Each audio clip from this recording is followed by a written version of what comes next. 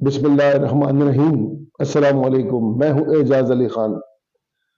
पूरी कौम को और बतौर खास पंजाब के लोगों को बधाई हो, बधाई हो, बधाई हो, क्योंकि मोहतरमा मरियम नवाज साहिबा ने अपोजिशन की गैर मौजूदगी में पहली खातून वजीर आला का हल्फ उठा लिया है और उन्होंने काफी जज्बात का भी इजहार किया और खुशी का भी इजहार किया।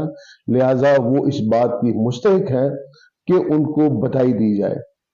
उन्होंने इस मौके पे जो पहला खिताब किया, जहां उन्होंने और काफी सारी गुफ्तगू की, उसके दो तीन पॉइंट्स हम आपके साथ डिस्कस करते हैं। उसमें उन्होंने ये बात जोर दे के कही कि जिस तरीके से मैं अपनी पार्टी के लोगों के और कारकुनों के और मेंबरान की वजीर आला हूं, इसी तरीके से मैं अपोजिशन की भी वजीर आला हूं। जी बिल्कुल, आप अपोजिशन की भी वजीर आला है, लेकिन आप उस उसूल पे कारबंद है कि सज्जा और खब्बा, रोशन और तारीख, सही और गलत। तो इसमें तारीख, गलत और खब्बा, ये अप्रोच आपने रख ली है पहले दिन से अपोजिशन के लिए। उनके ऊपर ईवान के दरवाजे बंद करके, उनको गैलरियों में बंद करके, उनकी मारपीट करके, उनकी आवाज को दबा के। तो आप बिल्कुल उनकी वज़ीर आला तो है, लेकिन उनके लिए आप खब्बे साइड की वज़ीर आला है, अंधेरे की वज़ीर आला है और गिरफ्त की वज़ीर आला होंगी। तो इस बात पे भी आपको एडवांस में बधाई हो। दूसरा, आपने कहा कि जी हम हेल्थ कार्ड की एडजस्टमेंट करेंगे, वो देंगे और हम एयर एम्बुलेंस देंगे। कमाल की बात है, एयर एम्बुलेंस। यानी आपने फिर अपने लिए बंदोबस्त करना शुरू कर दिया है। आप बताएं ना, 13 करोड़ के सूबे में अगर आप एक दो एयर एम्बुलेंस अरेंज कर दे तो वो किसके पास जाएंगे? वो सिर्फ और सिर्फ आपके जाती मकासद के लिए इस्तेमाल होंगे। ज्यादा मुमकिन है कि वो एयर एम्बुलेंस भी नाश्ते के लिए मरीज से लाहौर जाए। ये पॉसिबल है, बल्कि ये यकीनी है। तो लिहाजा उन मुतवक्के एयर एम्बुलेंसेस पे भी पाकिस्तानी कौम आपको बधाई देती है, ढेर सारी बधाई देती है। जिस तरह कल ये बात वाज़ेह हुई कि प्रेसिडेंट ने असेंबली के इजलास के बुलाने की समरी के ऊपर दस्तखत नहीं किए और उसको वापस भिजवा दिया। मैंने कल भी अर्ज किया था कि ये सिर्फ कड़वा करने वाली बात है, इससे होना कुछ भी नहीं है। जब काम करने का टाइम था तब प्रेसिडेंट साहब ने नहीं किया। अब वो मजा किरकिरा कर रहे हैं, क्योंकि उनका दौर भी खत्म हो चुका है, उनको भी पता है कि उन्होंने जाना है। तो हो सकता है कि वो इस खामख्याली में हो कि वो दोबारा से हीरो बन जाए। एनीवे, चूंकि उनका टाइम भी उनका भी टेन्योर पूरा होने को है, तो उनको भी हम एडवांस में बधाई पाकिस्तानी कौम की तरफ से दे देते हैं। लिहाजा वो असेंबली का इजलास बुलाए या न बुलाए, उसी तरीके से जिस तरीके से पंजाब असेंबली का इजलास मुनक्किद हुआ, इसी तरीके से कौमी असेंबली का इजलास भी मुनक्किद होगा। वहां भी अपोजिशन की गैर मौजूदगी में हल्फ उठाए जाएंगे और बधाइयां ली जाएंगी। शहबाज शरीफ साहब को भी सब बधाई देंगे, उनकी कामयाबी का भी जश्न मनाएंगे। अब ये इन वाकयात के पीछे जाहिरन कौन है जो ये पैनिक क्रिएट कर रहा है, जिससे हर एक सियासी पार्टी और हर ज़ी-शऊर पाकिस्तानी इस्तीफे का मुतालबा कर रहा है कि इस मुल्क का बेड़ा आपने गर्क किया और आपकी डिसीजन से सारा काम खराब हुआ। जाहिरन वो कौन है? वो है election commission. Chief election commissioner साहब ने आंखें बंद की हुई हैं। क्यों बंद की हुई है ये अल्लाह बेहतर जानता है। और जो मखसूस नशिस्तों का मामला है उसको उन्होंने होल्ड किया हुआ है।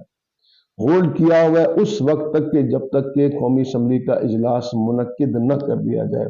वैसे आज उसके लिए उन्होंने 5 रुकनी बेंच तो बना दिया इलेक्शन कमीशन ने, लेकिन उसका फैसला भी वाज़ेह है।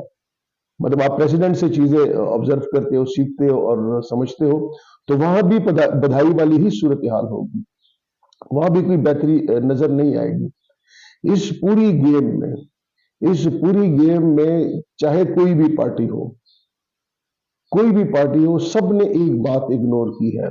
बल्कि एक चीज और मैं बता दूं, हम मौलाना साहब کی کچھ لوگ تعریفیں کر رہے ہیں کہ جی وہ عمران خان صاحب سے مل گئے ہیں اور ان کے حق میں گفتگو کر رہے ہیں، یا ان کے جو ان کا سٹانس ہے اس کو سپورٹ کر رہے ہیں۔ اگر وہ ان کو سپورٹ کرتے ہیں، اگر وہ ان کی گفتگو کو اون کرتے ہیں اور وہ کہتے ہیں کہ جی یہ احتجاج کر رہی ہے، ٹھیک ہے، تو پھر کے پی اسمبلی کا اجلاس گورنر صاحب کیوں نہیں بلا رہے ہیں؟ وہ گورنر صاحب کہاں پہ ہیں؟ کیا ان کے لیے کوئی اشتہار لگایا جائے کہ گورنر صاحب آپ آئے اور آپ کے پی اسمبلی کا اجلاس طلب کریں؟ کیونکہ ان کی طرف سے بھی بالکل خاموشی ہے۔ تو کیا یہ ممکن ہے کہ وہ مولانا فضل الرحمان صاحب کی منشا اور رغبت کے بغیر ایسا کام کرے؟ ہرگز ممکن نہیں ہے۔ تو وہاں بھی یہ رولا پڑا ہے، ادھر بھی شاید کوئی آس امید لگائے بیٹھے ہیں کہ ادھر بھی کوئی بدھائیوں والی صورتحال بن جائے۔ ہم اس پوری گفتگو میں اور ان پورے معاملوں میں جس چیز کو اگنور کر رہے ہیں اور بار بار اگنور کر رہے ہیں، وہ ہے اگلے ہفتے 10 دن کے بعد یا 15 دن کے بعد رمضان کی آمد ہے۔ لوگوں کی ضرورتیں کیا ہونی ہیں، مہنگائی کا سدے باب کیا ہوگا۔ میں ایک چھوٹی سی آپ کے ساتھ مثال شیئر کر دوں، چونکہ ہم لوگ پھرتے رہتے ہیں، پوچھتے رہتے ہیں، عوام سے فیڈ بیک لیتے رہتے ہیں۔ جس گھر میں سوئی گیس کا میٹر لگا ہوا ہے، وہ لوگ اب سیریسلی یہ سوچ رہے ہیں کہ ہم ان میٹروں کو کٹوا دیں اور ہم سلنڈر پہ شفٹ ہو جائیں، کیونکہ جس کرائے کے مکان کا کرایہ 15,000 یا 20,000 روپے ہے، اگر اس کے گیس کا بل 20,000 اور 25,000 اور 30,000 روپے آئے گا تو لوگ اپنے جسم کا اور روح کا ناطہ کیسے برقرار رکھیں گے؟ اور آپ کو یہ بدھائیاں لینے سے فرصت نہیں ہے، کسی کو بھی فرصت نہیں ہے کہ آپ بدھائیاں لیں۔ اور ان بدھائیوں میں اب پتہ نہیں ہمیں اور کتنی بدھائیاں دینی پڑیں گی رمضان سے پہلے، کیونکہ ابھی تو محترمہ نے حلف اٹھایا ہے، اب ان کی کابینہ آئے گی، اب کابینہ میں کیا کیا ہوگا یہ اللہ بہتر جانتا ہے۔ لیکن ہماری دعا ہے کہ کم از کم ہمیں اسحاق ڈار صاحب کو بدھائی نہ دینی پڑ جائے، کیونکہ ان کو بدھائی دیں گے تو الامان الحفیظ۔ آپ میں اکثر دوست سوچ رہے ہوں گے کہ میں بار بار بدھائی کیوں کہہ رہا ہوں، میں سیدھا مبارکباد کیوں نہیں کہتا۔ دراصل یہ جو بدھائی کا لفظ ہے نا، اس سے کچھ لوگ خوش ہوتے ہیں، کیونکہ یہ جو بدھائی کہنے والی قوم ہے نا، ان کے ساتھ ان کے روابط بھی اچھے ہیں، وہ ان کی شادی بیاہ کی تقریب میں بھی آتے ہیں پگڑیاں باندھ کے۔ تو اس لیے ہم کہتے ہیں کہ ہو سکتا ہے کہ ان بدھائیوں سے یہ خوش ہو جائیں اور ہم عوام کے اوپر کچھ رحم کریں، کچھ ترس کھائے اور کچھ بوٹیاں جو ہے یہ عوام کو بھی دے دیں، اس امید کے ساتھ کہ اللہ تعالی ہم سب کے حال کے اوپر رحم کرے گا اور ہمیں ڈھیر سارا حلال رزق دے گا۔ والسلام۔